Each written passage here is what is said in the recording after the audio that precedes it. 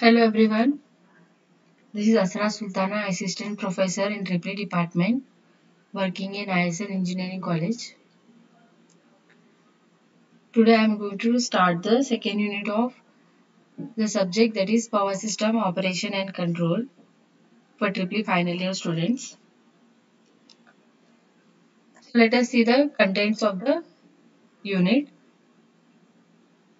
So we are going to see the input-output curve, heat rate and incremental cost curve. Then we are going to see the equal incremental cost criterion, neglecting transmission losses and including transmission losses, and we are going to see the BMN coefficients. Also, we are going to see the numericals based on these topics. Now let us see the introduction part. So what is the meaning of this economic operation? So there are three main parts of power system, that is generation, transmission and distribution. So power will be generated at generating stations and it will be distributed to some distribution companies and transmitted with the help of transformers, that is yeah, through transmission lines, and with the help of transformers we are increasing and decreasing the value of voltage. Okay, so we have seen all these things in the PS1, PS2, switchgear protection. So we are completed uh, power system 1, power system 2, and protection, switchgear protection, that is using circuit breakers, relays also. Part is over. Okay, now the economic in power system operation and control, we are going to see the how we can minimize the expenditure for generating power. Okay, so usually the distribution companies, they will plan to minimize their expenditure to get some particular revenue. Okay, so if we take the example of a thermal power plant, the cost of fuel will be, the fuel is what here, coal. Okay, so the cost of coal, the salary of workers, everything we have to see. Uh, the distribution companies has to look into all these things, that is their expenditure and what is their revenue or what is their profit. Okay, so from generating side they will try to minimize their cost.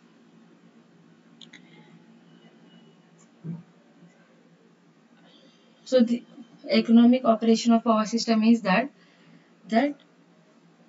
uh, so to minimize the fuel cost at generator side in order to generate active power and to share this power at different units. Okay. Now let us see the economic load dispatch problem. There are two types of problems. That is, first one will be unit commitment problem or pre-dispatch problem. So in this, what we are doing here, we have to select out of available generating sources, so that they can operate and they can meet the expected load and provide a specified margin of operating reserve over a specified period of time. Okay, so what is unit commitment problem? We have to select a generating source to meet the expected load and provide specified margin of operating reserve, okay, over some period of time. Second problem is economic dispatch problem. So here what we have to do, we have to distribute the load among the generating units which are parallel with the system in such a manner to minimize the total cost of supplying minute to minute requirement of the system. So that is what we have discussed just now, that in the economic dispatch, what we are doing here, we are minimizing the total cost of supplying the requirements of the system. Minute to minute means what? So each and every minute some requirements will be there, like load can be increased or load can be decreased. Okay. So according to that, our cost should be such that it should be always less than less, cost should be always lesser and we should get a maximum profit. from the generating side. Okay. Now, with large interconnection of electric networks, energy crisis in the world and continuous rise in prices, so it is very essential to reduce running charges of electrical energy. That is, we have to reduce the fuel consumption per meeting a particular load demand. Okay, that is what we want. What we are doing here is that load demand can be increased or decreased, whatever it may be. Okay, that is not fixed. We don't know that when we are going to use how much load at home or at offices or at industries. We don't know. The generating side, people they don't know how much uh, can be the load, but they are they will ensure that the fuel consumption can be reduced. Okay, that is I'm talking about the thermal power plant here. Fuel consumption for that can be reduced and hence cost can be reduced. That is coal. If you are buying lesser coal, but output is almost same. Okay, we are going to meet a particular load demand with the reduced fuel consumption. Okay, so last chapter in first unit, what we have seen load flow studies. So load flow studies, what we have seen for a particular load demand, generation at all the generator buses will be fixed. Okay. So what is that bus? That is slack bus or reference bus or swing bus. Okay. At this bus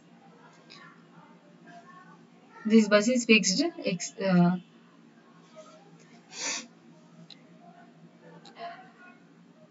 No, at particular load demand, generation at all generator buses are fixed except at slack bus.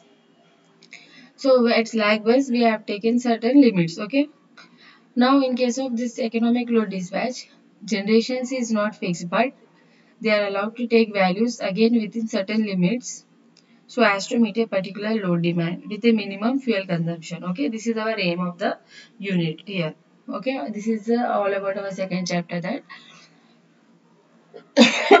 generations are not fixed, but they are allowed to take values within certain limits so to meet the load demand, but with a minimum fuel consumption.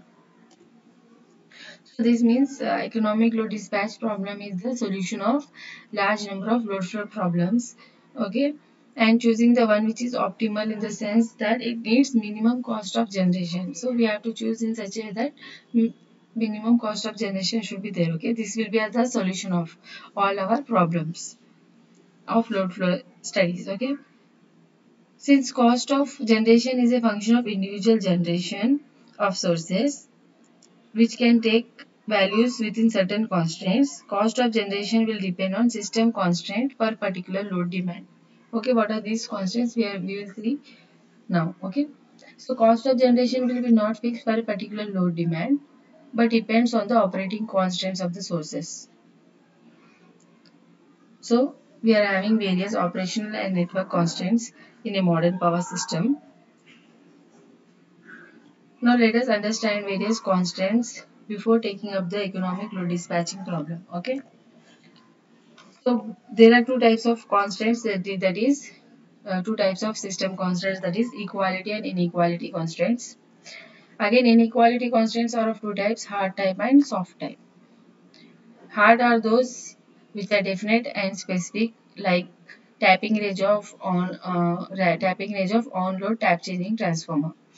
So in load flow studies, we have taken into consideration active power, reactive power, and magnitude of voltage and phase angle. Okay, these four are constants. Now, in this economic load dispatch, what we are going to see an additional constant, that is tapping range of on load tap changing transformer will be there.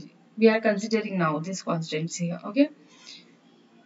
So hard type are those which are definite and specific. Okay, soft type are those which have some flexibility associated with them, like nodal voltages, phase angles. Okay, all these are soft type, and hard type will be what? Tap ranging of on load tap changing transformer. So soft inequality constants can be handled efficiently by penalty function methods. Okay. Now equality constants are the basic load flow equations PP and QP. Uh, okay, that is active power at mm, pth pth or bus and reactive power at pth bus. Okay, bus or node, anything is same. So we can take here ij node also, ij bus. Okay, p q. Okay, ep and fe are the real and imaginary components of the voltage at pth node. Okay, p equal to 1 2 3 and so on till n. I can take here k also. In place of p I can take k or I, j. Okay, whatever according to okay, some textbooks notations may vary. Now let us see the inequality constants. First one is generator constant. So maximum active power generation of a source will be limited by thermal consideration, and also minimum power generation is limited by flame instability of a boiler. See here, we are having a unit consisting of boiler, turbine and generator. So all these three set of all these, that is boiler, turbine and generator, is one unit. Okay, whenever we are telling unit here, you please understand that this is a boiler, turbine and generator set. Now, if the power output of generator for optimal operation of system is less than a pre-specified value, so some P minimum value we have specified here, then unit is not put on the bus bar because it is impossible to generate that low value of power from that unit. Okay, what we are doing here now, we are setting some values. That is, our the active power should lie between minimum and certain maximum values. So, okay, here we have written one condition. PP is less than or equal to PP max and it greater than or equal to PP min. So PP should not be outside the range stated by the inequality. That is, its value should not be more than maximum value of PP that is specified, and should not be below the minimum value of PP that is specified. Okay. Then same is the case with reactive power. So maximum reactive power will be limited because of overheating of rotor, and minimum will be limited because of stability limit of the machine. So QP cannot be outside the range stated by the inequality, that is QP is less than or equal to QP max, okay, always, and it should be greater than or equal to QP min. Voltage constants. So voltage magnitude and phase angles at various nodes should vary within certain limits. Okay, voltage magnitude should vary within certain limit. Otherwise, most of the equipments connected to the system will not operate satisfactorily, or additional use of voltage regulating devices will make the system uneconomical. What is the meaning of uneconomical here? Okay, if we are not making any profit, if the distribution companies are not making any profit, or generating companies if they are not making profit, it is uneconomical. Okay, we are generating the power, but and expending some amount of money on that power, but we are not returning back that amount of money back. Okay, then that is called as uneconomic, or we are not getting any profit. Okay, not only getting it back, we have to get a profit. When we are doing any investment, we have to get the profit. Why we are investing? To get the profit, obviously. We are not investing to get the uh, losses to, or to get the same amount. Okay, we are investing to get the profit. So uneconomical means what? We are not getting the required profit. Okay, so that's why voltage should always be in the range of VP max and VP min. Same is the case with delta. Angle also should be less than or equal to maximum value of delta and minimum value of delta. So the normal operating angle of transmission line will lie between 30 degrees to 45 degrees for transient stability reasons. Okay, so that we are going to see in the next chapter. Running spare capacity constants. So these constants are required to meet the force outages of one or more alternators on the system, or unexpected load on the system. Okay.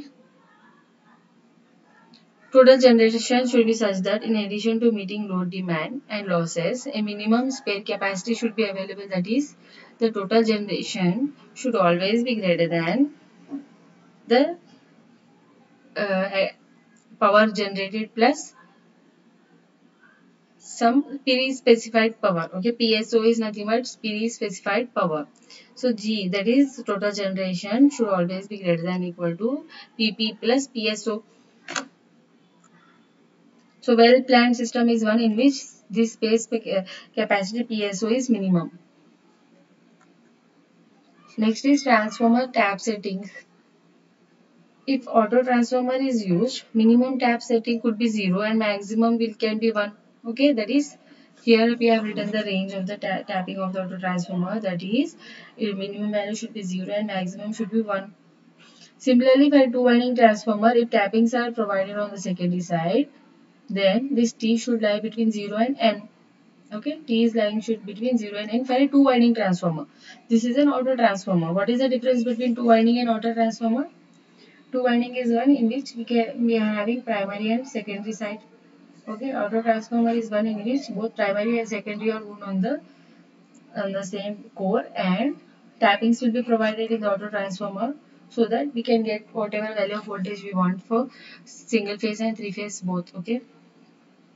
Now what is N here? N is the ratio of transformation, that is phase shift limits of the phase shifting transformer should, that is theta p should be less than or equal to theta p max, and it should be greater than or equal to theta p min. It should lie between the minimum and maximum value. The theta value should be between the minimum and maximum. We are setting some values. Okay.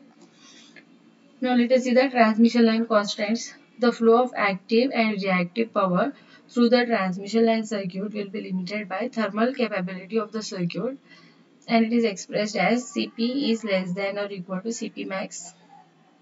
What is Cp max here? Maximum loading capacity of the pth line. Okay.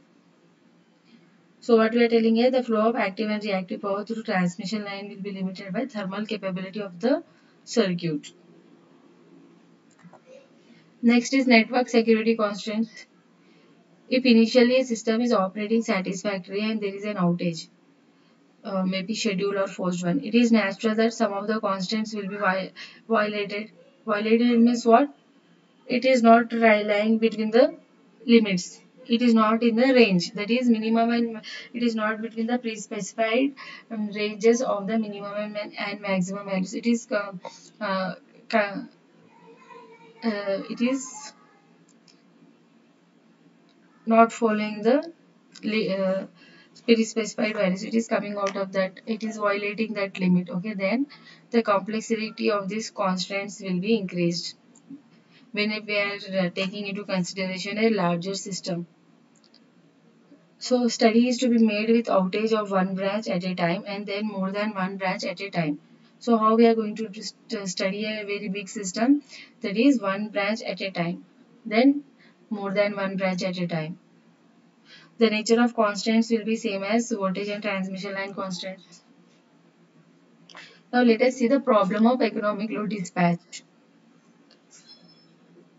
So we are going to now see a system which is already existing. Fixed costs like salaries, capital cost are neglected from the cost criterion. We are considering here only the thermal plant, and we are concerned only with the cost of fuel input to different generating stations. Okay, because this is only occupying the larger part, that is cost of fuel will be higher than the salaries of the workers or capital cost or whatever it is. Now we are going to deal with the problem of optimization and using the conventional B coefficient method for loss evaluation in this unit. So previously in the past, there was a practice to load the machine such that incremental cost of production for all the machines was same, and transmission line was not considered an integral part of the system.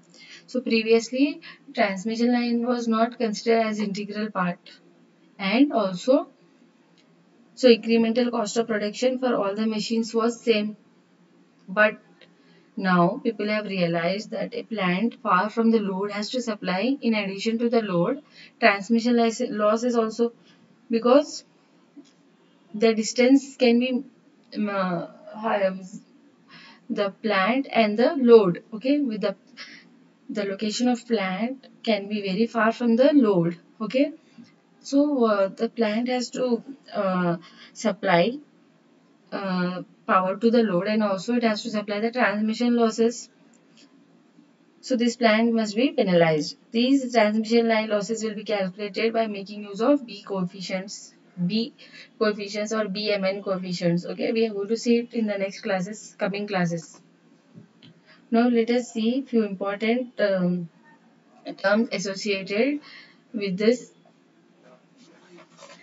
economic operation of power system. That is the characteristics input output curves we are going to see here.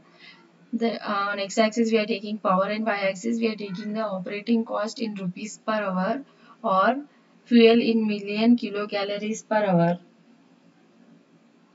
So fuel cost as input we are taking on y-axis, and x-axis we are taking the power output in megawatts. We are going to get a curve like this, okay, little bit slant, okay, here, and this is minimum value m megawatt minimum, and this is the maximum value megawatt maximum. So fuel input can also be taken in as a million BTU per hour. What is BTU here? British thermal unit. Okay, British thermal unit also we can take fuel input the unit. Okay. Now let us see what is a heat rate. So this is the same input output curve where we can see the performance curve of a boiler turbine generator unit. Okay, so just now I have said that what is a unit here? Boiler turbine and generator unit. Heat rate is defined as the ratio of fuel input to the corresponding power output, and the units are million BTU per megawatt hour. Incremental fuel rate. Incremental fuel rate will be equal to small change in input divided by the corresponding change in output, that is delta input by delta output. Unit is BTU per kilowatt hour, same. Okay. Next is incremental cost curve. Here we can see incremental cost is a product of incremental fuel rate and fuel cost, and the unit of this is rupees per megawatt hour. Now let us see the what is the meaning of incremental production cost. Incremental production cost consists of incremental fuel cost plus incremental cost of labor, supplies, maintenance and water. All these things we are going to consider as incremental production cost. Okay, since it is difficult to express exactly these costs as a function of output, and also they form a small fraction of incremental cost of fuel. Incremental cost of production can be considered equal to the incremental cost of fuel. Okay, what we are doing here? These things are negligible when we are seeing the cost of fuel. When cost of coal in case of thermal power plant will be very higher. Okay, that is incremental cost of production will be equal to what we are telling here, incremental cost of fuel we are taking. So incremental efficiency can be defined as reciprocal of incremental fuel rate or incremental production cost. Thank you everyone. Okay, let us just do the small quick revision of what we have seen today in today's class. So today's class we have seen the introduction part of economic operation of power system. So power will be generated at generating stations and distributed, transmitted and distributed. So generated at generator side we have to minimize the expenditure to get some profit. Okay, then it will be transmitted, power will be transmitted through transmission lines, and it will be distributed through some distribution companies. So generation, transmission and distribution, these are the three main parts of a power system. Okay. So in this chapter we are going to see the input output curve, heat rate and incremental cost curve. Okay, this we have seen it now. Okay, next we are going to see in the next classes equal incremental cost criterion, neglecting transmission losses and considering transmission losses, and we are going to see VMN coefficients and few numericals based on these topics.